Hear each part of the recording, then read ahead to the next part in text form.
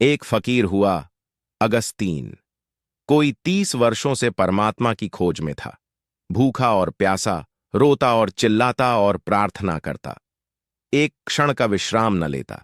जीवन का कोई भरोसा नहीं है, परमात्मा को पा लेना है तो सब भांति के उपाय उसने किए। बूढ़ा हो गया था, थक गया था, परमात्मा की कोई प्राप्ति न हुई थी। कोई दूर, परमात्मा निकट नहीं आया। बुढ़ापा निकट आ रहा था, मौत करीब आ रही थी, उतने ही प्राण और चिंतित होते जाते थे। एक दिन सुबह सुबह ही रात भर रोकर भगवान से प्रार्थना करता रहा कि कब मुझे दर्शन दोगे। सुबह उठा और नदी के समुद्र के किनारे घूमने चला गया। सूरज उगने को था, किनारा एकांत था समुद्र का, कोई भी वहां न था। थोड़ी दूर चलने पर एक छोटा सा बच्चा उसे खदा हुआ दिखाई पड़ा, एक चट्टान के पास। बहुत चिंतित, बहुत परेशान वह बच्चा था। अगस्तीन ने पूछा, तू किस लिए इतना परेशान है और इतने सुबह सुबह इस अकेले समुद्र के किनारे क्यों चला आया? उस बच्चे ने अपने कंधे पर एक झोली टांग रखी थी। उस झोली में से एक बर्तन निकाला, छोटा सा बर्तन, और उसने कहा, मैं परेशान हूं। मैं इस बर्तन में समुद्र को भर लेना चाहता हूं, लेकिन यह समुद्र भरता ही नहीं। उस बच्चे का यह कहना था कि मैं इस बर्तन में इस समुद्र को भर लेना चाहता हूं, लेकिन यह भरता ही नहीं है। और जैसे अगस्तीन के सामने कोई बंद द्वार खुल गया और वह एकदम जोर से हंसने लगा और रोने भी लगा। तो उस बच्चे ने पूछा कि आपको क्या हो गया है? अगस्तीन ने कहा कि तू ही नासमझ नहीं है जो एक छोटे से बर्तन में समुद्र को भरने निकल पड़ रहा है। मैं भी नासमझ हूं। मैं अपनी छोटी सी बुद्धि में परमात्मा को पकड़ दहाने चला था। मैं अपने छोटे से मस्तिष्क में सत्य को समाने निकल पड़ा था। अगर तू नासमझ है तो मैं और भी ज्यादा नासमझ हूं। समुद्र की तो फिर भी सीमा है, और हो सकता है किसी बद्धी प्याली में समुद्र बन भी जाए। प्याली की भी सीमा है और समुद्र की भी सीमा है, लेकिन मेरी बुद्धि की तो सीमा है और परमात्मा की कोई सीमा नहीं। मैं तुझसे भी ज्यादा नासमझ रहा।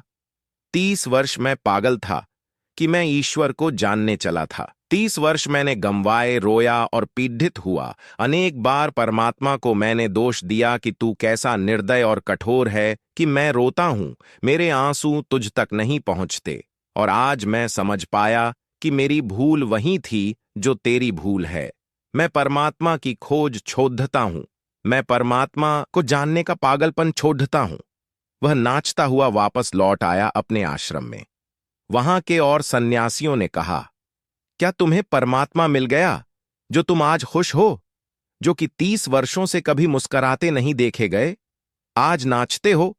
क्या तूने उसको पा लिया? क्या तुमने उसे जान लिया? अगस्तीन ने कहा, उसे तो मैंने नहीं पाया, लेकिन अपने को खो दिया। उसे तो मैंने नहीं जाना, लेकिन अपने जानने के पागलपन को मैं समझ गया।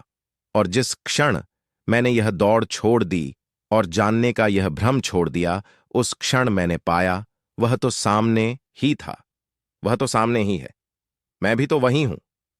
मैंने उसे कभी खोया ही नहीं था, लेकिन उसे खोजने और जानने के पागलपन में मैं पड़ गया था, और मैं इसी भूल में उसे खोए हुए था जो कि अभी खोया हुआ नहीं था। अगस्तीन का जानने का ख्याल छूटा और उसने जान लिया। अज्ञान के लिए मैंने कहा है कि यह अज्ञान हमारे अहंकार की मृत्यु बन जाएगी।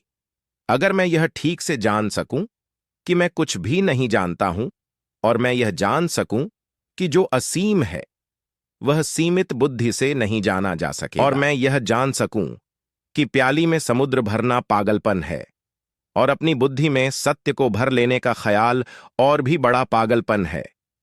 अगर यह मुझे दिखाई पड़ जाए तो मैं तो गया। मेरी सामर्थ्य तो मिट गई। मैं तो रिक्त और शून्य हो गया। और जिस क्षण कोई व्यक्ति उस स्थिति में पहुंच जाता है जहां उसे यह भी भ्रम नहीं रह जाता कि मैं जानता हूं, अज्ञान की, न जानने की स्टेट ऑफ नॉट नोइंग में है, जबकि उसे कुछ भी प्रतीत नहीं होता कि मैं जानता हूं, मन एकदम मौन और शांत हो जाता है। उसी शांति में जाना जाता है। अज्ञान ज्ञान का द्वार है, अज्ञान का बोध। लेकिन हम सारे लोग अज्ञान को ढांक लेते हैं उधार ज्ञान से। अज्ञान तो भीतर बना रहता है, ज्ञान बाहर से इकट्ठा कर लाते हैं और उस ज्ञान के ऊपर छा जाता है हमारा अज्ञान के ऊपर। ऐसे अज्ञान को भीतर छिपा लेते हैं। आप जानते हैं ईश्वर है, भीतर अगर झांकेंगे तो पता चलेगा नहीं जानता हूं, लेकिन अगर बुद्धि से पूछेंगे तो बुद्धि कहेगी हां ईश्वर तो है, किताबों में लिखा है। गुरु कहते हैं, आर्षि मुनि कहते हैं, ईश्वर है।